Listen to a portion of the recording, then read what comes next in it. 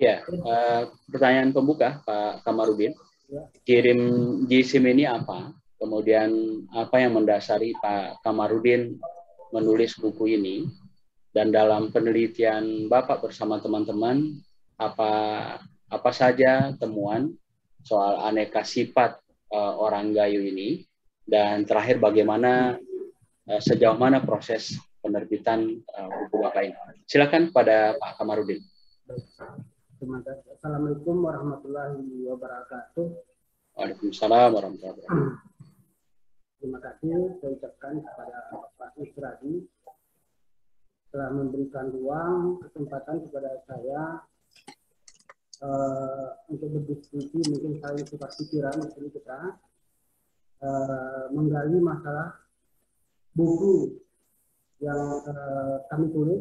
Kemudian kami sebagai penulis ada terdiri 3 orang, saya sendiri, kemudian Bapak Aspara Bantacut sebagai Ketua Majelis Adat Gayo, dan ada lagi saudara kita Bapak Karniadi. Di sini saya ingin memperkenalkan diri sebelumnya. Nama saya Kamarudin, Pak. Kemudian saya berasal dari Lino.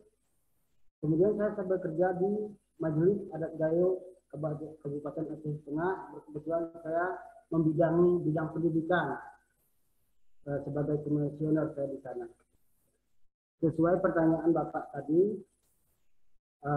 bagaimana, apa sih makna dari jirim jisim itu, arti dari jirim jisim itu?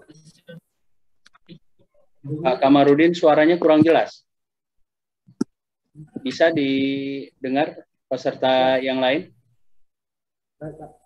Agak dibesarkan Pak suaranya.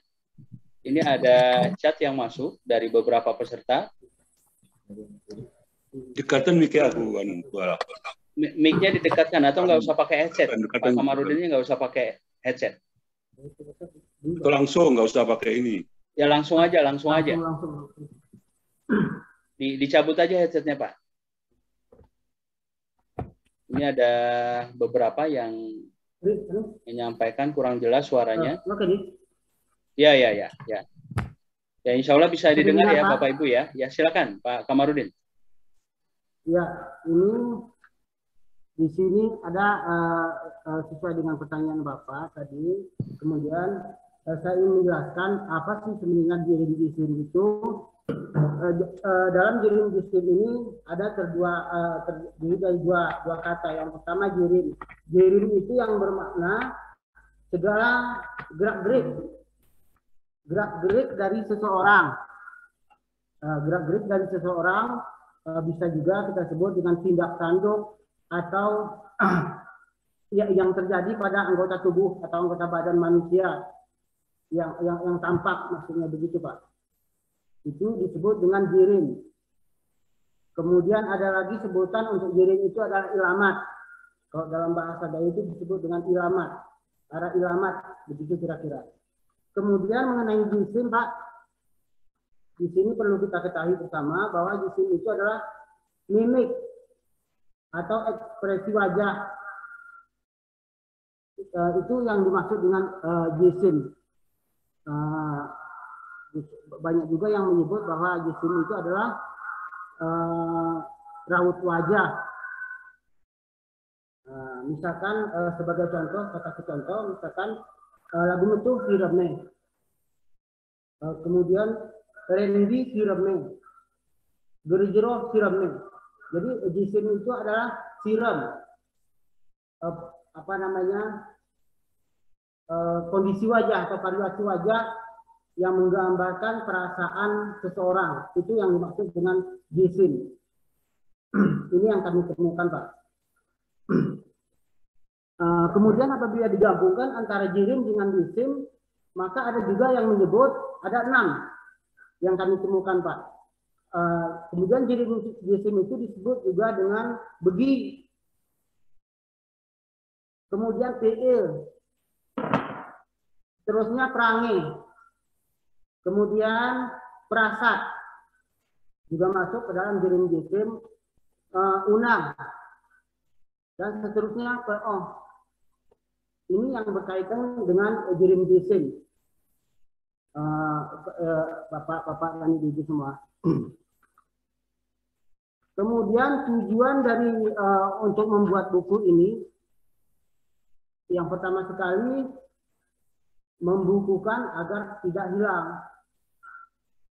Jadi kami berinisiatif untuk membukukan setelah dikumpulkan, dibukukan agar sifat-sifat ini terbukukan dan tidak hilang.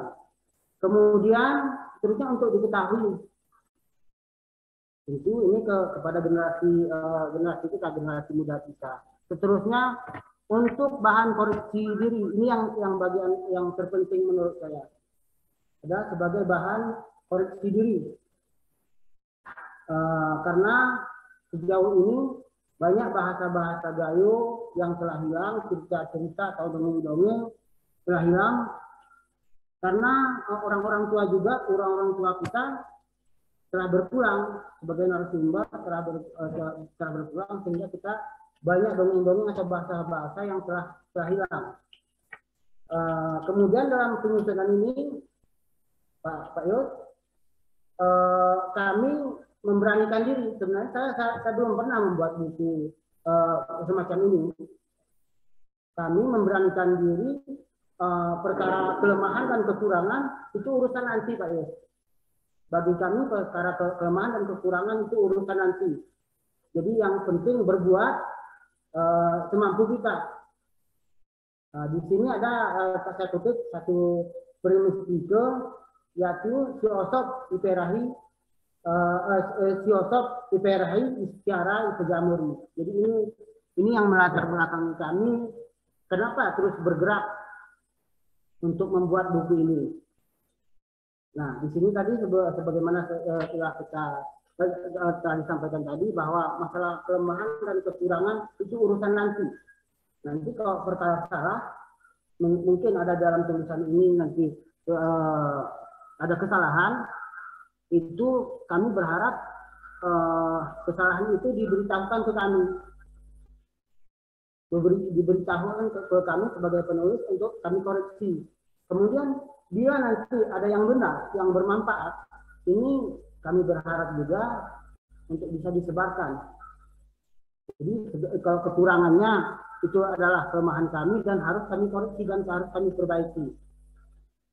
Sedikit cerita tentang buku jirim jisim. Kemudian yang pertama sekali kami prosesnya adalah pengumpulan bahan buku, yaitu sifat-sifat itu. Dari beberapa sifat itu dikumpulkan, telah terkumpul, kemudian ada beberapa tahapan di sana. Tahapan yang kedua adalah menerjemahkan makna. Kami menerjemahkan makna di tahap kedua. Kemudian di ketiganya, setelah kami menerjemahkan makna, kemudian menghadirkan contoh-contoh sifat yang terjadi ataupun yang berlaku di tengah-tengah masyarakat. Itu kami hadirkan contohnya, bukan hanya sekedar menjelaskan tentang sifat itu, apa itu sifat itu. Kemudian kami mencoba menghadirkan contoh, misalkan di sini cemburungan. Ada salah satu sifat di sana masuk cemburungan. Kami bertanya, kami menelusuri kenapa harus disebut dengan cemburungan, kenapa harus ngang, kenapa bukan hewan-hewan yang lain. Nah, ternyata di sini kami menemukan bahwa nang itu kenapa disebut kecemburu, karena waktu mengerami itu yang laki-laki.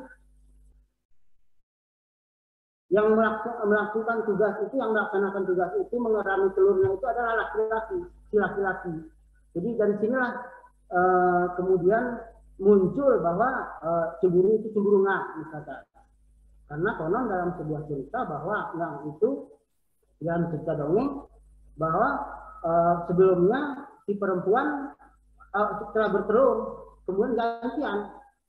Nah, jadi cerita itu kami koreksi, kami gali kenapa harus cemburu, kenapa harus ngang. Ternyata yang melatar belakangi itu yang membuat kenapa harus temburungan adalah ada cerita di balik di belakangnya. Kemudian ada lagi sifat misalkan kranidodo. Ini kranidodo ini ternyata kalau kranidodo itu batangnya di sebelah sini, buah yang jatuh ke sebelah sini. Jadi ini misalkan inilah yang kami guru, yang kami gali ke orang-orang tua. Kenapa harus kranidodo? Kemudian dalam proses itu kami meneliti apakah itu bahasanya mengkaji. Kemudian di sini kami ambil satu falsafah atau pepatah Gayo. Di sana ada 8 proses. Yang pertama relik sesik, yang kedua tungku tinggi, kupas kaji, tenis tinggal. Jadi disinilah proses itu terjadi. Pemaknaan, menghadirkan contoh relik sesik, tungku tinggi, kupas kaji, tenis tinggal. Jadi di dalam proses itu semua terjadi, termasuk memberikan contoh. Kemudian apalagi makna tadi, menggali makna. Apa sebenarnya dalam sifat-sifat itu, kenapa harus ada istilah ini, kenapa harus ada istilah itu. Begitu kira-kira Pak Yus sebagai perjalanan kami. Kemudian di sini ada lagi beberapa kendala yang kami hadapi saat mengumpulkan sifat-sifat itu, yaitu yang pertama perbedaan makna oleh narasumber yang lain dengan narasumber yang satu dengan narasumber yang lain itu berbeda pendapat. Yang satu menjelaskan satu sifat itu, menjelaskan kalau itu yang ini maknanya. Tapi sementara yang lain mengatakan ini. Dalam satu sifat itu diterjemahkan 2 makna. Ini salah satu kendala yang kami hadapi pada saat itu. Kemudian pada saat sifat-sifat itu ditemukan dari masyarakat atau penulis, penulis tidak membawa alat tulis. Kami tidak membawa alat tulis, kemudian sifat itu ditemukan, akhirnya hilang. Karena kami mengumpulkan sifat-sifat itu dari percakapan masyarakat, ada kejadian, misalkan itu disebut. Jadi kami telusuri, apakah itu termasuk sifat. Ternyata sifat baru kami kumpulkan. Kemudian kendala lain, contoh sebagai kita berikan contoh misalkan mengenai sifat-sifat yang kami tulis. Karena alasan kami tidak membawa alat tulis atau tidak terkumpulkan, misalkan nama jingkat itu tidak masuk di antara 175 sifat itu tidak masuk. Nama jingkat tidak masuk. Ya, sementara yang ngejingkat itu penting juga yang bermakna bahwa seseorang memiliki sifat pilih kasih. Ini tidak masuk di sini. Karena kendalanya alat tulis tadi.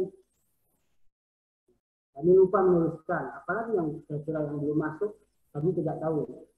Kemudian di kemudian hari dalam baru waktu dekat ini kami menemukan kembali bahwa ada juga sifat yang namanya menjingkat, yang bermakna seseorang yang memiliki sifat pilih kasih misalkan. Kemudian ada beberapa sifat, di antaranya sifat yang baik. Misal perlu kita ketahui sedikit. Yang pertama cerdik, ini yang seharusnya dimiliki oleh pemimpin.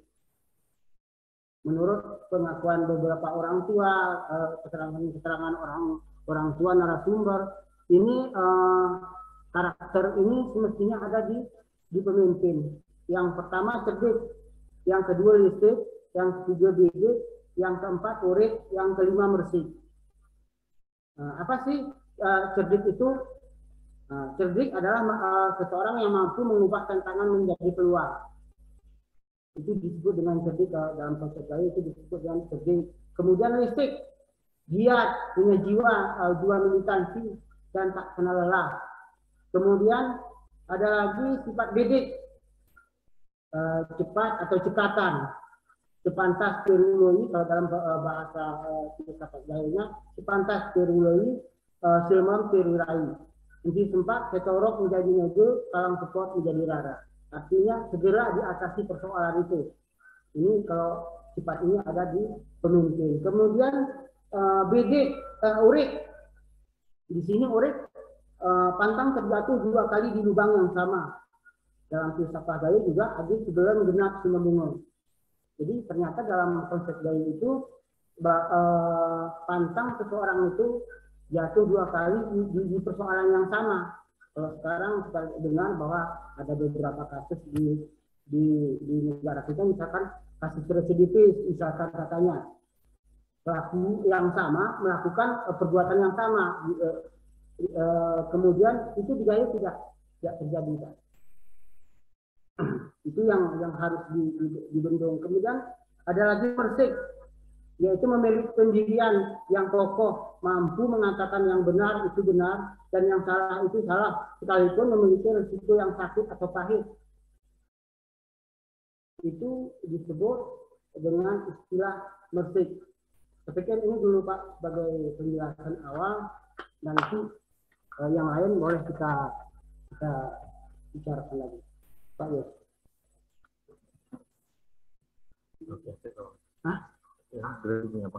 Ya, baik, terima kasih Kamarudin. Ini luar biasa ya, kita berikan aplaus buat Pak Kamarudin karena berhasil mengidentifikasi 175 sifat dari hasil penelitian beliau yang insya Allah ini dalam proses penerbitan. Dan saya jadi teringat penelitian Profesor Melatoa tahun 1980-an. Dari hasil penelitian itu kemudian beliau membuat sistem nilai Gayu. Tapi ini berhasil diidentifikasi banyak sifat, baik positif maupun negatif yang ada pada orang Gayo tadi, sampai tadi disinggung begitu ya. Dan seperti disampaikan Pak Kamarudin, ini bisa buat bahan evaluasi diri kita, buat korektif kita, sehingga bisa lebih baik ke depannya.